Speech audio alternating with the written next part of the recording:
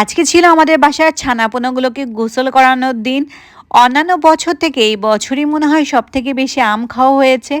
আর এই রেইনি ওয়েদারে আপনাদের ভাইয়া আমাকে সারপ্রাইজ হিসেবে আমার পছন্দের পিৎজা নিয়ে আসলো। হ্যালো, আসসালামু আলাইকুম everyone. This is Shanta from daily diary of Shanta. আজকে বাসার রান্না টান্না কমপ্লিট করে জাস্ট বসেছি। আর এর মধ্যে আপনাদের ভাইয়া বলে উঠলো যে তার নাকি হঠাৎ করে চিংড়ি মাছ খেতে খুব ইচ্ছে হচ্ছে। কেমনটা লাগে বলেন? রান্না করার সময় তাকে আমি বারবার জিজ্ঞেস করেছিলাম যে আজকে কি রান্না করব। বাট সে তখন বলল, তোমার যা ইচ্ছা তাই রান্না করো। সো আমি আমার মতো রান্না করলাম। আর রান্না শেষে এখন সে বলে তার নাকি ওগুলো খেতে ইচ্ছে হচ্ছে না, তার নাকি চিংড়ি মাছ খেতে ইচ্ছা করছে। কেমনটা লাগে বলেন? কি আর করার, জামাইয়ের আবদার রাখতে তো হবেই। সেজন্য হচ্ছে আমি অল্প করেই আজকে চিংড়ি মাছ নিয়েছি, যেহেতু শুধুমাত্র ও খাবে। তার জন্য হচ্ছে আমি একটু হালকা হলুদ আর লবণ দিয়ে এটাকে মেখে এখন হচ্ছে তেলের মধ্যে ভেজে নিব। মানুষ বলে মেয়েদের মন বোঝা অনেক কঠিন, কিন্তু আমার কাছে কি মনে হয় জানেন? আমার কাছে মনে হয় মেয়েদের থেকে ছেলেদের মন বোঝা অনেক কষ্টের। একটা মানুষের সাথে 10টা বছর কাটিয়েও এখনও মনে হয় আপনাদের ভাইয়াকে আমি ঠিকমতো চিনতেই পারিনি।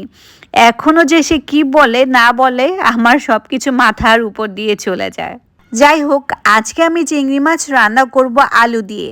আর সেজন্য জাস্ট আমি একটাই আলু নিয়েছি আর আলুটাকে আলু ভাজির মতো করে কেটে নিয়েছি। আপনাদের ভাইয়া এই আলুটা দিয়েই হচ্ছে চিংড়ি মাছ খেতে বেশ পছন্দ করে। তারপর একটা প্যানের মধ্যে তেল দিয়ে নিয়েছি এবং তেলটা গরম হয়ে গেলে আমি এটার মধ্যে পেঁয়াজ অ্যাড করে নিচ্ছি।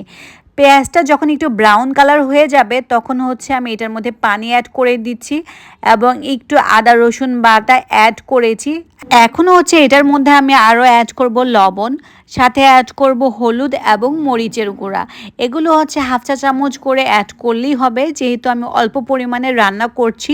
এখন এটাকে একটু ভালো করে কষিয়ে নিব। কষানো হয়ে গেলে আমি আলুটা অ্যাড করে দিব। আলুটা অ্যাড করে দিয়ে আমি এখন এটাকে নেড়ে চেড়ে আরও কিছুক্ষণ ভালো করে কষিয়ে নিব। কিছুক্ষণ ধরে কষানোর পর এখানে আমি 1 কাপের মতো পানি অ্যাড করে দিব আর সাথে দিয়ে দিব 2টা কাঁচামরিচ। পানি দিয়ে কিছুটা জাল করার পর তারপর হচ্ছে আমি চিংড়ি মাছগুলোকে এখানে অ্যাড করে দিয়েছি। তারপর এটাকে কিছুক্ষণ ধরে রান্না করব। আর রান্না অলমোস্ট শেষের দিকে চলে আসলে এখানে আমি একটু জিরার গুঁড়া অ্যাড করে দিব।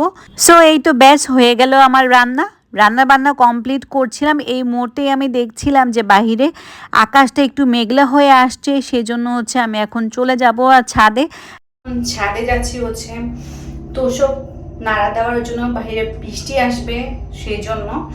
সো এই তোষকটা এত ভার যে কোনো রকম ভাবে আমি আর ছাদে উঠাতে পারছিলাম না, তো চলে আসছি।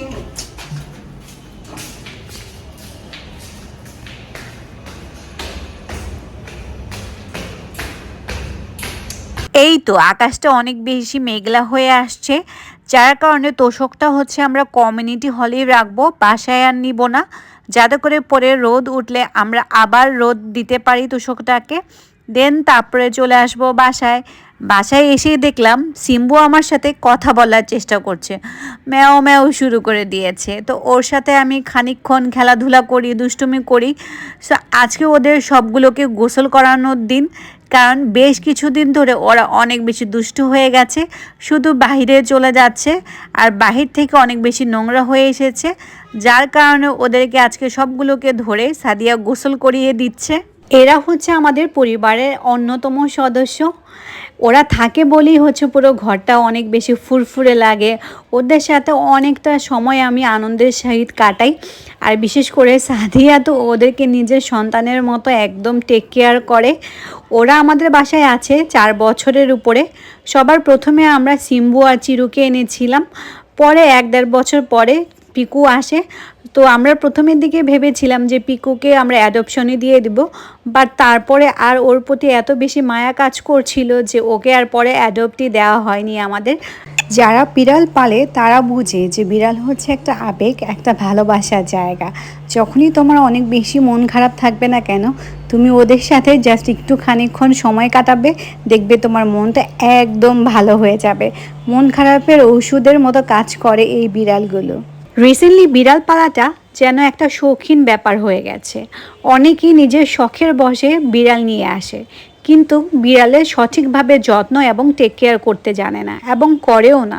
কারণ দেখা যায় হাতে তাদের অত বেশি সময় থাকে না, কিন্তু নিজের শৌখিনতা পূরণ করার জন্য বিড়ালটাকে নিয়ে আসে। সো এরকম করাটা কখনোই উচিত না। বিড়াল নেওয়ার আগে সবার প্রথমেই আমাদেরকে চিন্তা করতে হবে যে আমরা অ্যাকচুয়ালি বিড়ালটাকে প্রপারলি টাইম দিতে পারবো কি না, প্রপারলি একটু কেয়ার করা, ওদেরকে ঠিক মতো খাওয়ানো, মাঝে মাঝে যেহেতু হচ্ছে ওরা বাসাতেই থাকে সেহেতু মাঝে মাঝে একটু ক্লিন করাটাও কিন্তু খুব বেশি জরুরি। মাঝে মাঝে ওদের নেলসগুলো কেটে দেওয়া, ভালো করে একটু প্রপারলি গোসল করানোটা। সো এইগুলোর জন্য কিন্তু একটা এনাফ টাইমের প্রয়োজন। সেই টাইমটা আমি অ্যাকচুয়ালি দিতে পারবো কি না সেটা আমাদেরকে মাথায় রেখে তারপরে আমাদেরকে বিড়ালটা অ্যাডপশন নেওয়াটা উচিত। সো এই তো কথা বলতে বলতে আমাদের চিরু মহাশয়ের কিন্তু গোসল করা শেষ হয়ে গেছে। ও যেহেতু একটু সাদা, যার কারণে খুব দ্রুত বেশি ময়লা হয়ে যায় ও। যাই হোক, এদিকে হচ্ছে আমাকে ঘর দুয়ার ক্লিন করতে হবে। আজকে কয়েকদিন যাবৎ বুয়ার সমস্যাতে ভুগছি, সে 3 দিন যাবৎ আসে না। সো কী যে একটা সমস্যায় পড়ছি ইদানিং ধরে, যে বুয়া 2-3 দিন আসে তো আবার 5-6 দিন আসে না, আবার একদিন আসে তো 2-3 দিন আসে না। মানে কি একটা সমস্যায় আমি ভুগছি, কোনো রকমভাবে একটা ভালো বুয়া ম্যানেজই করতে পারছি না। আর চারিদিকে ঘরে এত বেশি ময়লা আবর্জনা জমে গেছে, আর পুরো ঘরটাকে একা আমার পক্ষে ক্লিন করা সো টাফ হয়ে গেছে। আর এইদিকে পানি ধরতে ধরতে আমার হাতের মধ্যেও একটু ঘা হয়ে গেছে, সেটা তোমাদেরকে অন্য একটা সময় দেখাবো। আমি অলমোস্ট 15 বছরের উপরে হবে যে টনসিলের সমস্যায় ভুগছি, যার কারণে কোনোভাবেই হচ্ছে আমি পানির কোনো কাজই করতে পারি না। পানির কোনো কাজ করতে গেলেই খুব ইজিলি হচ্ছে আমি অনেক বেশি অসুস্থ হয়ে পড়ি, খুব বেশি ঠান্ডা কাশি লেগে যায়, হাতে ঘা হয়ে যায়। এই প্রবলেমগুলো আমার অনেক বেশি হয়, যার কারণে আমি যতটুকু সম্ভব পানি ধরা থেকে হচ্ছে অ্যাভয়েড করি নিজেকে। কিন্তু সংসারের কাজ আসলে চাইলেও স্কিপ করা যায় না। যতই অসুস্থ হও, যতই খারাপ লাগুক, তোমাকে সংসারের কাজ করতেই হয়। সো যাই হোক, এদিকে কথা বলতে বলতে আমার কিন্তু প্লেটগুলো সবগুলো ধোয়া কমপ্লিট হয়ে গেছে। আমি এখন সিঙ্কটাকেও ভালো করে ক্লিন করে নিলাম। এই দিকে কাজ কমপ্লিট করতে না করতেই একটু যে বসবো তার কোনো উপায় নেই।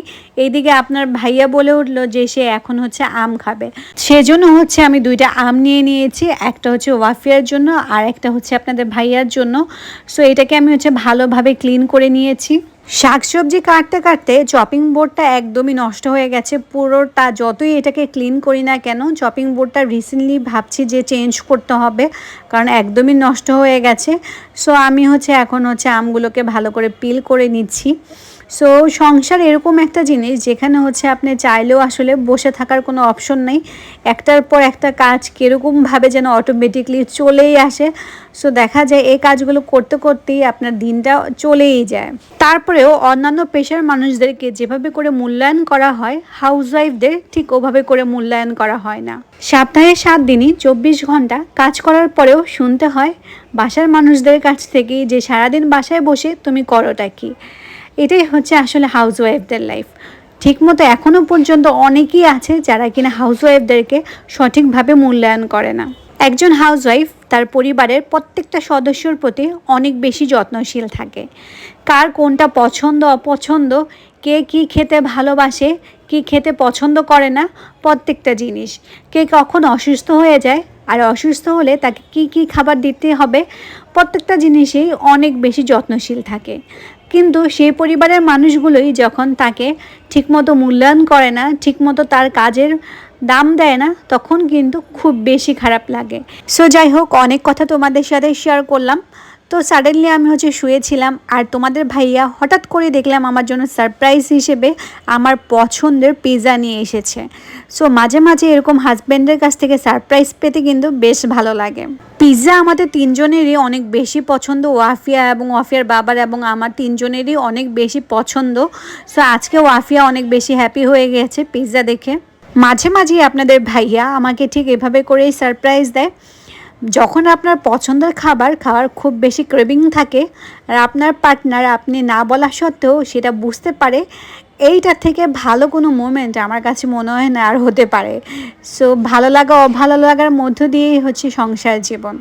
এই পিৎজাটা আমার অনেক বেশি পছন্দের আর খেতেও অনেক বেশি ইয়ামি। এটা হচ্ছে আমাদের পাশেই একটা খুব ভালো একটা বেকারি আছে যেখানে ইনস্ট্যান্ট হচ্ছে এই পিৎজাটা রেডি করে দেয়। ট্রাস্ট মি, এটা ভালো ভালো রেস্টুরেন্টের পিৎজাকেও হার মানাবে, এত ইয়ামি লাগে খেতে পিৎজাটা।